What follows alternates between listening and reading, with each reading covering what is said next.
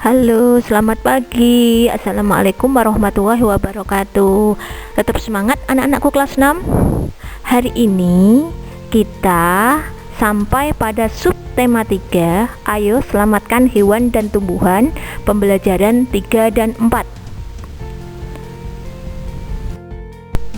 Tujuan pembelajaran kita hari ini adalah 1.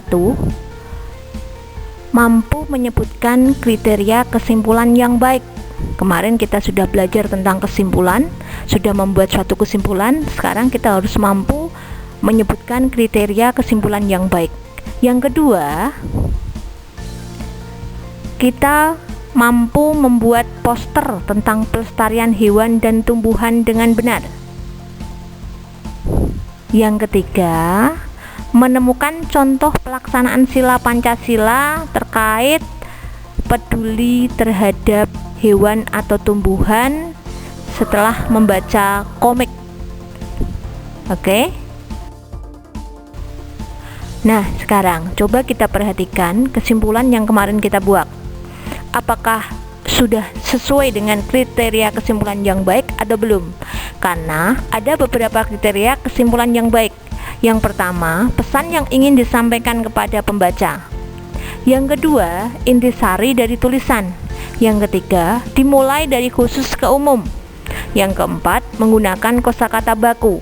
Yang kelima, suatu pernyataan yang dibuat berdasarkan ide pokok dan kata kunci dari kalimat penjelas dengan kalimat sendiri. Ini adalah kriteria kesimpulan yang baik.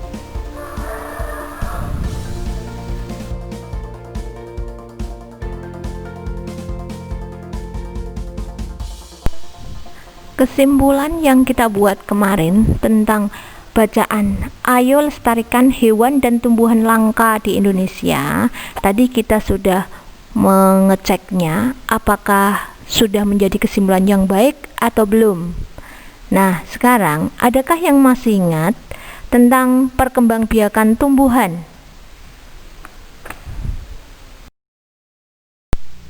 Ya, benar sekali. Perkembangbiakan tumbuhan itu ada dua macam, yaitu perkembangbiakan vegetatif dan perkembangbiakan generatif.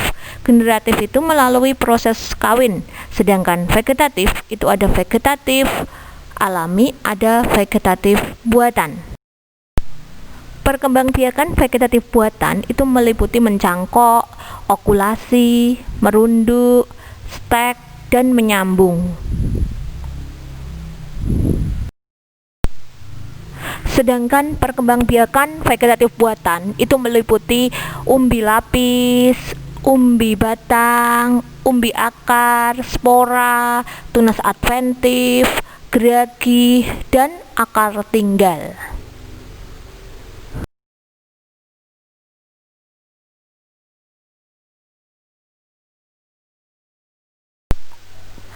Agar tumbuhan tersebut tidak punah, tidak langka, maka kita bisa membantu perkembangbiakannya, yaitu tadi dengan perkembangbiakan vegetatif. Ketika kita sudah membantu perkembangbiakan tumbuhan, berarti kita telah ikut melestarikan keberadaannya. Oh ya, selain itu merupakan wujud rasa syukur kita kepada Tuhan Yang Maha Esa. Selain membantu perkembangbiakan tumbuhan, menyayangi hewan juga merupakan rasa syukur kita kepada Tuhan Yang Maha Esa ya. Yuk, sekarang coba penerapan Pancasila sebagai rasa syukur kita kepada Tuhan Yang Maha Esa itu bisa diterapkan dalam Pancasila, dalam tingkah laku kita, mulai dari sila yang pertama, sila yang kedua, sila yang ketiga, dan sila yang keempat, serta sila yang kelima.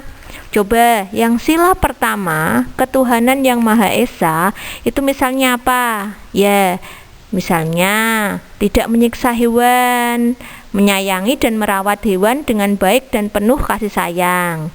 Sila yang kedua, membersihkan kandang hewan, memberi makanan kepada hewan peliharaan. Sedangkan sila yang ketiga, tidak melakukan perburuan secara liar. Kemudian tidak menjual belikan hewan langka. Sila yang keempat, melakukan penyuluhan kepada masyarakat tentang pelestarian hewan, melakukan musyawarah untuk melestarikan hewan langka.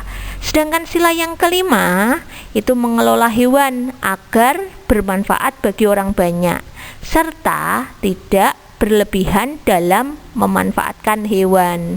Itu merupakan nilai-nilai sila Pancasila yang berkaitan dengan hewan. Oke. Nah, sekarang bacalah cerita berikut. Ini adalah sebuah komik. Kita perhatikan komik yang ada di sini ya. Tahukah kalian apa yang dimaksud dengan komik? Komik adalah cerita bergambar. Isinya berupa gambar-gambar yang disusun berurutan dan saling berhubungan. Komik memiliki balon kata-kata atau dialog. Oke? Sekarang coba kita tuliskan mengenai sikap yang ditunjukkan oleh Edu dalam cerita komik di atas tadi. Itu sesuai dengan penerapan sila Pancasila, sila yang keberapa? Ayo ditulis ya.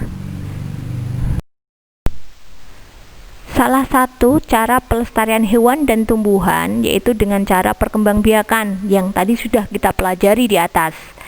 Nah, sekarang coba kalian buat sebuah poster tentang pelestarian hewan atau tumbuhan yang ada di daerahmu, yang ada di sekitarmu. Masih ingat, poster adalah karya seni atau desain grafis yang berisi komposisi gambar dan huruf yang menarik di atas kertas berukuran besar dan berisi pesan-pesan. Poster biasanya ditempel di tembok, di tempat umum, di kendaraan, dan di tempat strategis yang dikunjungi banyak orang dan mudah dibaca. Sekarang coba dibuat poster tentang pelestarian hewan dan atau tumbuhan. Dibuat yang menarik ya. Cukup sekian pembelajaran kita hari ini. Tadi kita sudah belajar tentang kesimpulan, tentang kriteria kesimpulan yang baik. Kemudian kita belajar tentang pelestarian hewan dan tumbuhan yang bisa dimulai dengan perkembangbiakan. Perkembangbiakan generatif dan perkembangbiakan vegetatif tumbuhan.